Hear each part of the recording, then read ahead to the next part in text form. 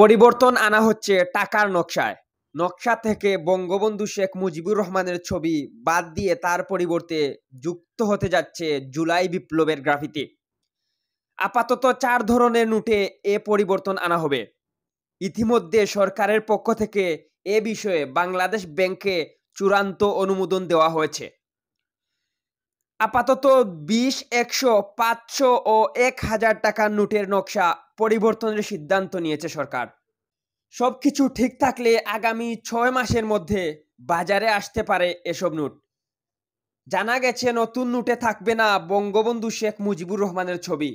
এর পরিবর্তে যুক্ত হবে ধর্মীয় স্থাপনা, বাঙালির ঐতিহ্যসহ জুলাই বিপ্লবের গ্রাফিতি। নতুন নোট ছাপানোর বিষয়ে মূল সুপারিশ করবে বাংলাদেশ ব্যাংকের মুদ্রা ও নকশা উপদেষ্টা কমিটি। কমিটির সভাপতি কেন্দ্রীয় ব্যাংকের সিনিয়র ডেপুটি গভর্নর। এতে সদস্য হিসেবে রয়েছেন দেশের খ্যাতিমান চিত্রশিল্পীরা।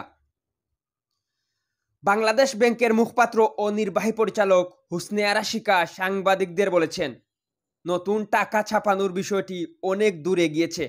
আগামী ৬ মাসের মধ্যে নতুন নোট বাজারে আনা সম্ভব হবে।